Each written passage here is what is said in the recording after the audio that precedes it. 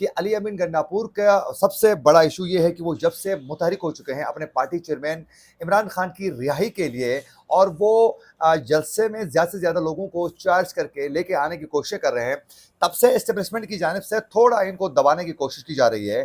جتنا ان کا یہ ماننا ہے کہ یہ بھٹکے مارنے کی کوشش کرے گا، تو ان کی جو مختلف کیسز ہیں ان کو ایکٹیو کیا جائے گا، اور ایکٹیو کر کے ان کو تھریٹ دے کر ان کو دوبارہ جو ہے وہ دوبارہ ان کا جاک جو ہے وہ بٹھایا جائے گا۔ اسی معاملے کو لے کر جو ہے باقاعدہ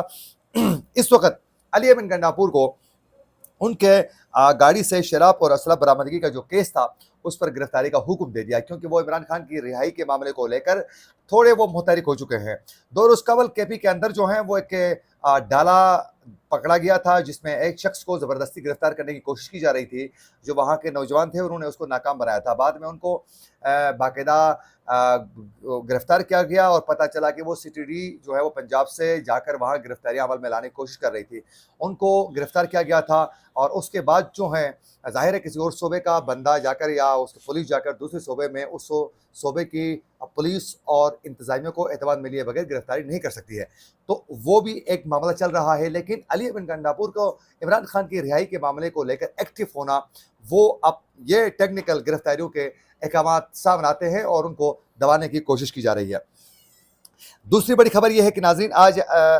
جو اختر مینگل نے قومی اسمبلی سے مستعفی ہونے کا جو فیصلہ تھا، ذرائع کا یہ کہنا ہے کہ باقاعدہ باوثوق ذرائع کا یہ کہنا ہے کہ ان کو منانے کے لیے اعلیٰ سطح پر جو ہے جو شخصیات ہیں ان کی جانب سے احکامات جاری ہو چکے ہیں، اور ایک کمیٹی تشکیل دے کر پارلیمنٹ میں ہی آج ایک اہم ملاقات جو ہے اختر مینگل کے ساتھ کرنے جا رہے ہیں، اور ان کو منانے کی ہر ممکن کوشش کی جائے گی۔ اور یہ بھی بتایا جا رہا ہے کہ اختر مینگل کا جو استعفیٰ تھا اسے منظور نہیں کیا گیا ہے، اور یہ بھی بتایا جا رہا ہے کہ ذرائع کے مطابق اختر مینگل کو راضی کرنے کے لیے قائم کمیٹی میں اعجاز جکرانی بھی شامل ہیں، اور اختر مینگل کو ہر صورت منانے کے لیے یہ کہا گیا ہے، اور رانا ثناء اللہ وفد کے ہمراہ ملاقات کریں گے، اور وزیر اعظم شہباز شریف سے بھی بہت جلد اختر مینگل کی ملاقات جو ہیں وہ متوقع ہیں، وہ وزیر اعظم ان سے ملاقات کرنے جا رہے ہیں۔ تو یوں ان کو منانے کی کوشش کی جا رہی ہے۔ جو ہی انہوں نے مستعفی ہونے کا فیصلہ کیا، اس کے بعد جو ہیں باقاعدہ ہر سسٹم کے اندر بیٹھے ہوئے بڑے لوگ جو ہیں وہ بڑے ایکٹیو ہو گئے، اور پھر گھبراہٹ بڑھ گئی، اور ان کو منانے کی کوششیں تیز ہو چکی ہیں۔ اب یہ دیکھا جائے تو بہت اچھی بات ہے، دیٹس اے گریٹ، ہم بھی یہی کہہ رہے تھے کہ ان کو منانے کی کوشش کی جائے، کیونکہ وہ ناراض بلوچ نہیں ہیں، وہ آئین و قانون مانتے ہیں، جمہوریت پر بلیف رکھتے ہیں، جمہوری شخص ہیں، اپنے قوم کے ساتھ مخلص ہیں، ان کو ضرور منانا چاہیے۔ دیوار سے لگانا ہر معاملے کا حل نہیں ہے، دیوار سے لگانے کا آخر میں نتیجہ مشرقی پاکستان کی شکل میں نکل جاتا ہے۔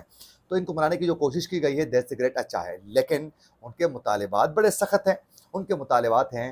کہ جو مسنگ پرسن کا جو معاملہ ہے اس پر سنجیدگی کا مظاہرہ کر کے فوری طور پر اس معاملے کو حل کیا جائے۔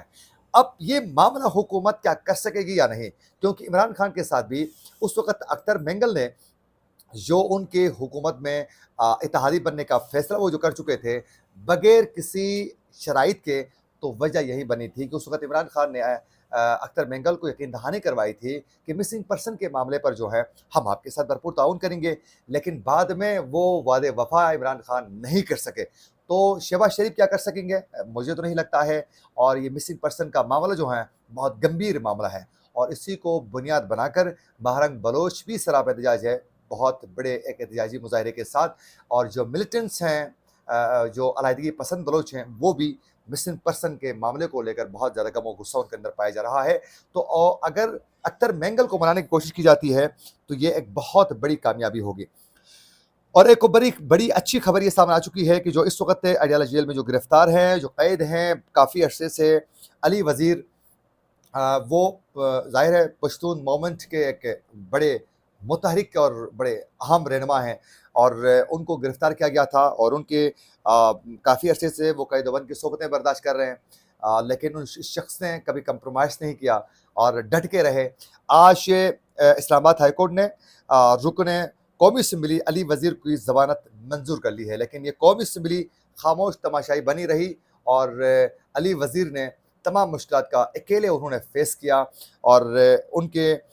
پشتون مومنٹ کے جو بندے تھے منظور پشتین اور ٹیم نے ان کا بڑا ساتھ دیا ہے. لیکن آج اسلام آباد ہائی کورٹ کے جسٹس بابر ستار اور جسٹس سردار اعجاز اسحاق خان پر مشتمل 2 رکنی بینچ نے 25,000 روپے کے بچلکوں کے عوض جو ہے ان کی ضمانت منظور کی ہے. ایک اور چیز میں آپ لوگوں کو یہاں ساتھ ساتھ بتاتا چلوں کہ 11 اکتوبر کو بلوچ جرگے کا اہتمام ہونے جا رہا ہے، جس میں بلوچ اپنے مستقبل کے حوالے سے فیصلہ کریں گے کہ ہم نے اس ریاست کے ساتھ کس لیول پہ رہنا ہے اور ہم نے کیا مطالبات کرنے ہیں. تو اس کی بھی تیاریاں اس وقت عروج پر ہیں. تو یہ ان دنوں پر علی وزیر کی رہائی جو ہیں وہ ایک بڑی معنی خیز ہے. اب دیکھنا یہ ہے کہ اس کا کیسے حکومت ٹیکل کرتی ہے. آخری اور بڑی خبر یہ ہے کہ ناظرین،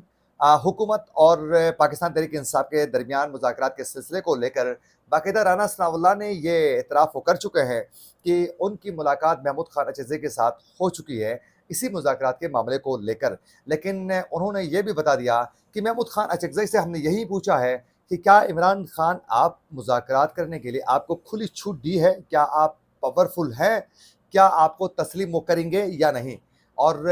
اب محمود خان اچکزئی نے یہ کہا ہے کہ ہر بندے کو، ہر پارٹی کو بڑے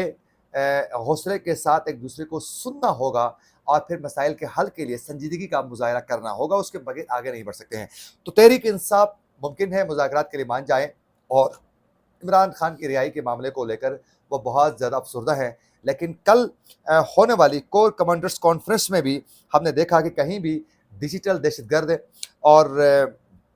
9 مئی کے ملزمان کے حوالے سے بھی کوئی اس طرح کی بات اس میٹنگ میں بھی، کور کمانڈرز کانفرنس میں بھی نہیں کی گئی ہے. آج مولانا فضل الرحمان نے بھی باقاعدہ کہا ہے کہ کے پی اور بلوچستان میں حکومتی رٹ ختم ہو چکی ہے، معاملات سیاستدانوں کے حوالے کیے جائیں. یہ بالکل انہوں نے بالکل درست کہا ہے کہ بالخصوص بلوچستان میں بالکل ہی اس وقت ملیٹنٹس بڑے سٹرانگ ہوتے ہوئے جا رہے ہیں. تو میرے خیال میں یہ معاملات حل صرف اور صرف سیاستدان ہی کر سکتے ہیں. تو میرے خیال میں جو کام سیاستدانوں کا ہے وہ ان کو کرنے دیا جائے. ہر معاملے پر انگل کرنے کی کوشش کی جاتی ہے تو چیزیں خراب ہو جاتی ہیں. اسی کے ساتھ اپنے میزبان عاقل حسین کو دیجیے اجازت. اللہ نگہبان.